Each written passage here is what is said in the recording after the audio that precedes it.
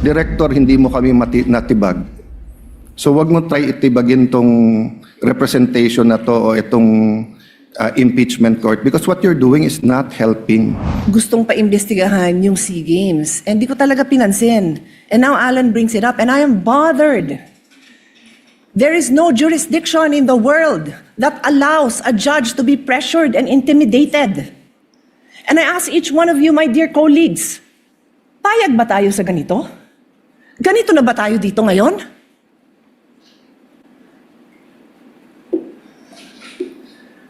Don't we want a better country for our children? Why would you allow a director who's just called to be a witness next week brag that he's going to investigate? And again, I don't know. So I respectfully request that it be played. Because I want to understand. If I don't have reason to be upset, then thank you, I can focus. I can go back to the business on hand. But right now, I am upset to hear this. And I will stand up for each one of you. I don't care what side you're on. I will stand up for you if somebody tries to intimidate you. Rule 6 of the impeachment proceedings is that the rules of the Senate is suppletory. And if there is anything that affects the honor, integrity, or the functions of us individually or as a Senate here as an impeachment court, someone can rise on a question of personal or collective privilege. I won't do that, but may I just respond to what Senator Padilla said, since my name was mentioned and since the investigation announced by the NBI yesterday seems to be pertaining to this person as chairman of the 2019 Organizing Committee of the Southeast Asian Games. May I, maybe in the form muna of manifestation, unless the presiding officer or Senate President thinks that I should elaborate on by asking for time on a personal collective privilege, but I don't want to start that. Senator precedent. Judge Cayetano may make his manifestation. Okay. For the record, sir. So, first and foremost, sa sinabi po ni Senator Padilla, I won't ask na ipa-play na yung video, but quite exhaustive yung sinabi ni NBI Director about the Southeast Asian Games. So, if the intention was to have a chilling effect, we already have that chilling effect. May 11, hinabol dito sa session hall na to ng mga ahente ng NBI si Senator Bato. May 13, nagkaroon ng enkwentro, putukan, pinipilit ng NBI na hindi sa loob ng Senado, but we have all the evidence that it was inside the Senate. Other incidents, I do not want to evoke a reaction or debate because I want to respect my fellow senators. Much of this has been vented in the media, is in court. Director Matibag has promised us that he will give us a warrant issued by the ICC, has promised us that he will hold his agents na nanggulpin ng isang OSAA. He will be the one to implement the contempt order and hold them in his office, but wala ditong natupad.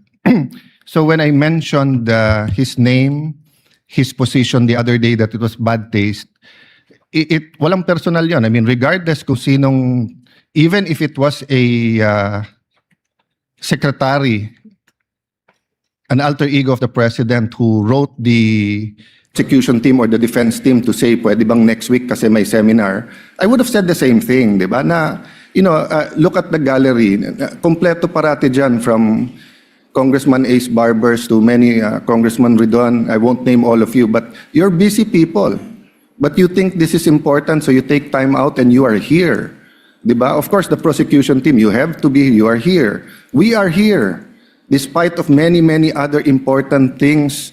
Not only investigations, not only the flood control, not only the BIR, not only, we're also talking about the nation being prone to volcanic eruption, to yung bagyo, buti, well, nasalanta pa rin tayo nung bagyong Inday. Ibang Inday ang pinag-uusapan natin dito sa impeachment. But still, we are here. So it was in good faith that I said, as an example, mukha namang masama kapag kayong isang bureau head. NBI director is a very important position, but it is a bureau. So if a bureau head, and tignan yung invitation, nakalagay sa invitation, or your representative, and we resolved it. So aksidente ba na yesterday, suddenly after I mentioned it, and after during the weekend, many have been talking about na dapat ata hindi 16. So 21 na lang kami ngayon eh.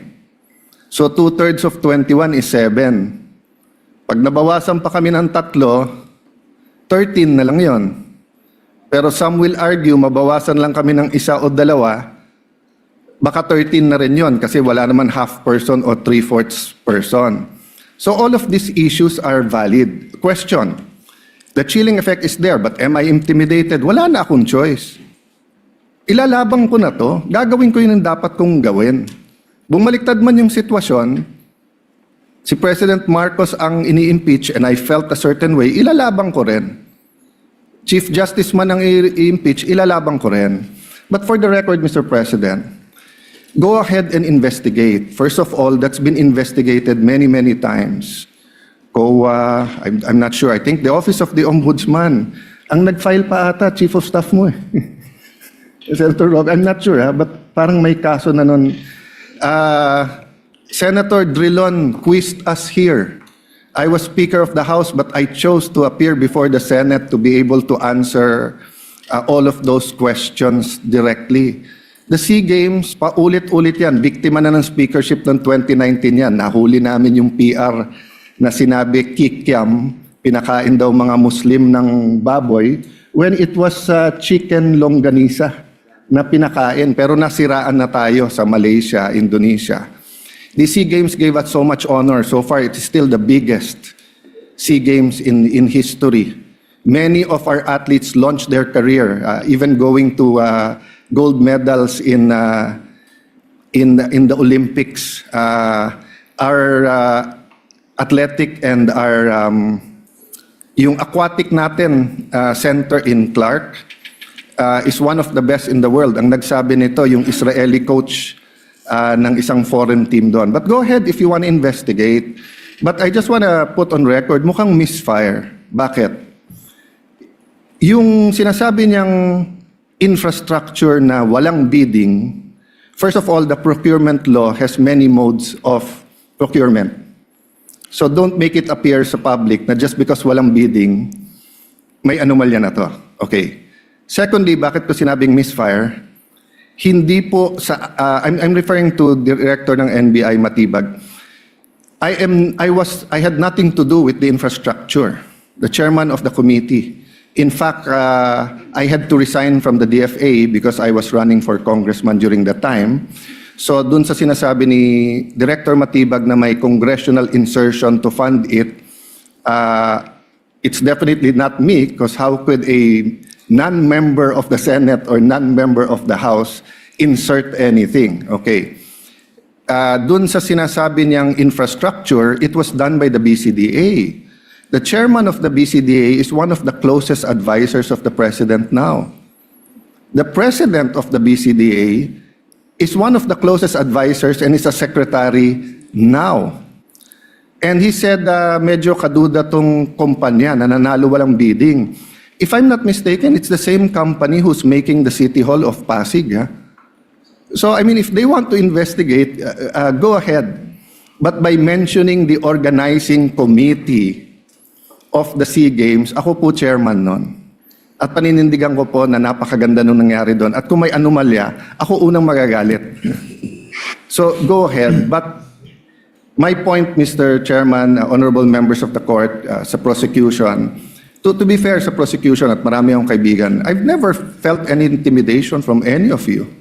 I mean, you've continued to be either friends or for those who are former friends but friends. I mean, I don't know if nagkamali lang ako, but on the first day, I nodded ng konti kay Senator De Lima. Gumanon din siya, hindi ko alam kung na-acknowledge because we were friends once upon a time and this is a court. We owe it to each other to be professional, di ba?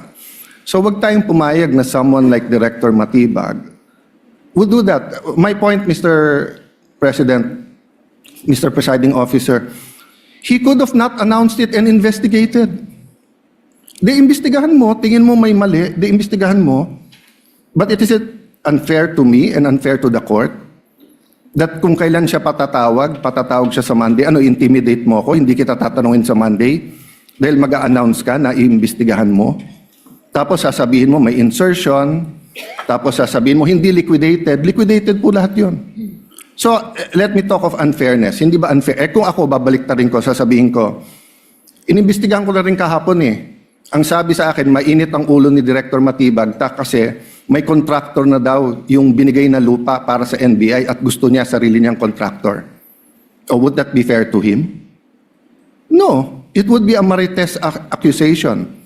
So that's the same thing he announced yesterday. A marites accusation towards me that affects this court because I am now a senator judge. So I hope this is the last time that I'm going to have to speak about this. But definitely, we've been speaking about this, binabawasan talaga kami. Iniisa-isa. Even yung mga vlogger na malapit sa administrasyon, sabi, 2 down, 3 down, may kasunod na. Di ba? So, Mr. President,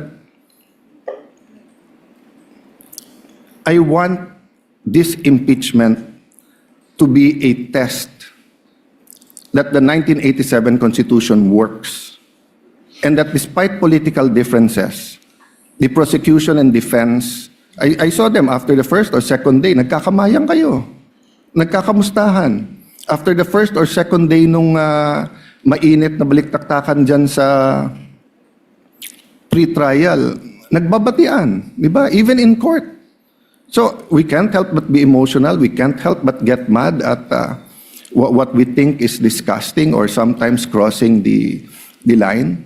But is there any question that for this verdict, whether it's for conviction or acquittal, to be accepted by the Filipino people, we have to make sure that the integrity of the court is intact.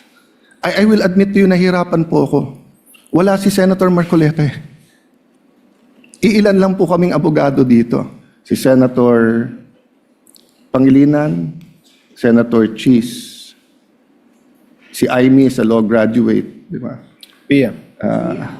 Senator Pia, Bam is a second-year law student and I'm encouraging him na tapusin niya. Total review na yung nangyayari ngayon. But it's not easy. 24 lang kami, nabawasan na ng 3. So I hope this issue of the integrity of the court becomes an issue for all of us. No, I'll repeat what I said when I was Senate President. Director, hindi mo kami natibag. So wag mo try itibagin tong representation na to o itong impeachment court because what you're doing is not helping. You investigate whatever you want to investigate. You want to investigate, ba't ako nagpatubo ng balbas? Investigate mo, no problem with me. Pero wag mo nang i-announce kasi nga naaapektuhan yung integrity ng court. Thank you for the leeway, Presiding Officer. Thank you, Senator Judge Alan Cayetano. Yes, what is the pleasure of Senator Judge Pia Cayetano? Mr. President, Presiding Officer, I assume most of my colleagues, like me, were busy studying the lengthy memorandum filed by each of the parties. For the record, 30-plus pages, more or less double space yung sa prosecution. Kaya by the time I got to the defense, para na ako maduduling kasi mahaba na nga yung 30 pages na double space. Napunta pa ako sa single space. Okay lang yun, kasama sa trabaho yun. Pero that's how lengthy the documents were. And I slept at 2 a.m. Hindi kasama to sa explanation ko. Di ako nagyayabang or anything. It's our job. And I'm a night person, so normal sa akin yun. And then in the morning, tuloy ulit. Sent my staff questions, asked for more details, and then we worked together throughout the morning until it was time to come here. So I don't know anything about this statement of Director Matibag.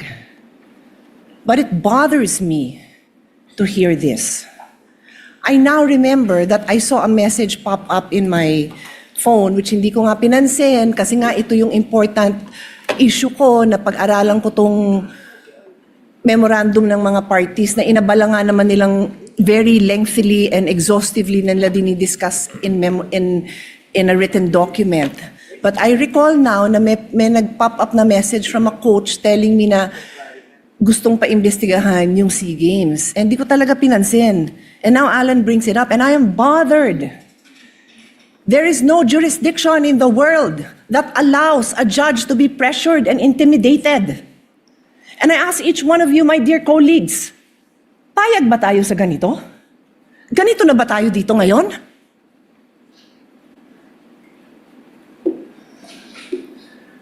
Don't we want a better country for our children? Why would you allow a director who was just called to be a witness next week brag that he's going to investigate? And again, I don't know. So I respectfully request that it be played. Because I want to understand. If I don't have reason to be upset, then thank you, I can focus. I can go back to the business on hand. But right now, I am upset to hear this. And I will stand up for each one of you. I don't care what side you're on. I will stand up for you if somebody tries to intimidate you. So with all due respect, Mr. Presiding Officer, I ask that we play it. I want to see what this witness is doing.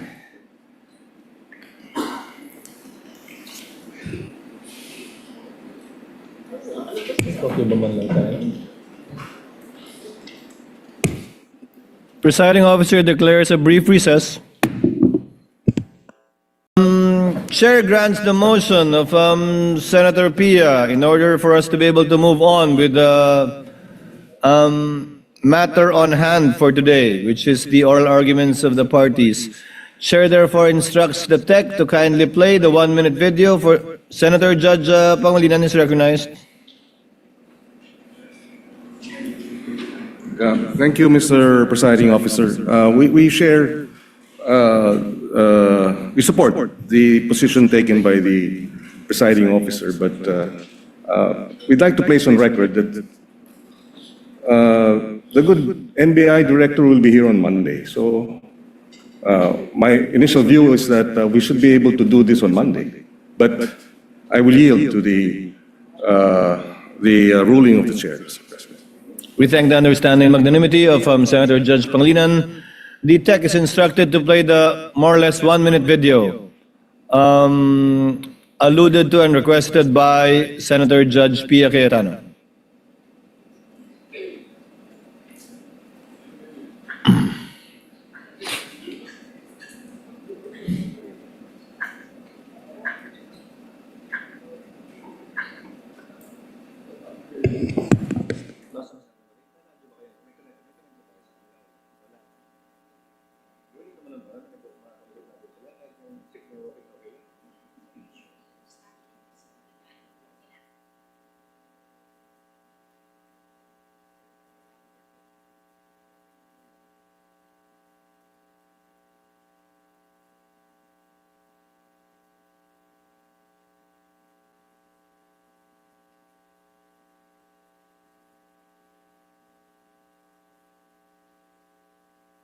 Meron kaming mga kaso na pumasok na bago na dapat namin tingnan. Kung maalala nyo, pumunta kami ng Clark because we were given 70 hectares for the NBI Academy. So magkaroon kami ng relationship sa Clark. Nakita namin yung parang sports complex na ginamit ng SEA Games yung sa Philippine Sea Games Organizing Committee. Well, nakarating sa amin, may titingnan kami rito, kailangan kami investigahan dahil nakarating kami dito, billion pala yung pumasok dito na pera na unliquidated. At merong private company dito na na-involved na binayaran ng 10 billion at ang pagbabayad insertion sa GAA na hindi binayad. So ito imbestigahan. Malaking kaso rin ito. Ay, iba pa yun. Yung sa Caldero na kaso, I think, ongoing, pero sisilipin na rin namin. Ito yung tungkol dun sa it's a Malaysian company na sila yung nag-build dito parang sport area na to. Walang bidding. Tapos nabayaran ng mabilisan na 10 billion yung halaga, congressional insertion. So, sisilipin namin to. Katunayan, meron kaming mga kaso na pumasok na bago na dapat namin tingnan. Kung maalala nyo, pumunta kami I think that's it. because we were given I think that's it. 70 hectares for the NBI Academy. So magkaroon kami na rin. Senator Judge Pia Cayetano is recognized. Rest assured, Mr. Presiding Officer and dear colleagues and parties, I will not belabor this point. I will not stay long. But clearly, from the statements of Director Matibag, malaki daw kaso to. Naimbestigahan na niya? Alam niya ng malaking kaso? Paano niya nalaman? So sa akin lang, Mr. Presiding Officer, simple lang eh. What was the intention here? To distract the minority floor leader, who is one of only two lawyers right now, because our other lawyer was already carted off somewhere. So dalawa lang kami. So you wanna distract him. So ako na lang ang tatayo dito. Hindi na siya makakapag-aral. Yung ba intention? Because it is clearly the intention. The fact that he has to stand up, the fact that I have to stand up, the fact that Senator Robin has to stand up, he is distracting us from our job. As Senator Alan said, he could do it quietly. Go ahead. Anong purpose niya? Nagyayabang siya? What's the purpose? Is he trying to intimidate us not to ask him tough questions when he is our resource person next week?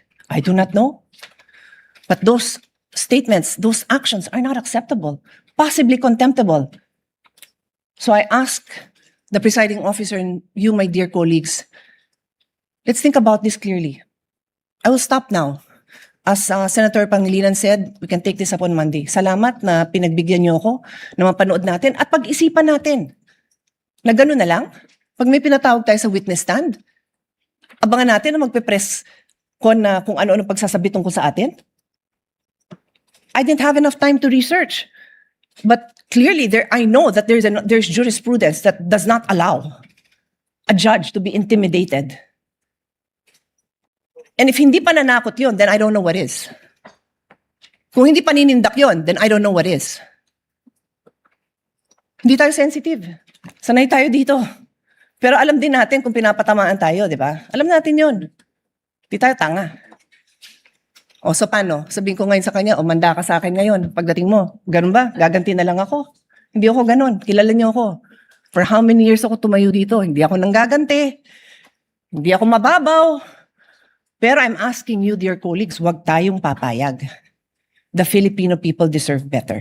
We deserve better. Thank you. Thank you, Senator Judge Pia. What is the pleasure of Senator Judge Alan Cayetano? Yes, I didn't know we were going to play it, but just for the record, there's no issue with the Qualdron because it was paid by the private sector. There was no public money used, and it was designed by the firm of a national artist. So much so that that same firm, I don't know when we started to hire them, whether it was the time of Senator Lacson as the Committee of Accounts for the new Senate building or the time of Senator Nancy. But until now, there's engagement. So it's so easy to find out. No? But can I shift to the topic at hand? Just one manifestation for the whole Senate regarding the oral arguments. We have not yet called the journal and called the court. Yes. So called at the case. proper time, I just want to. Yes, you may do so at the proper time.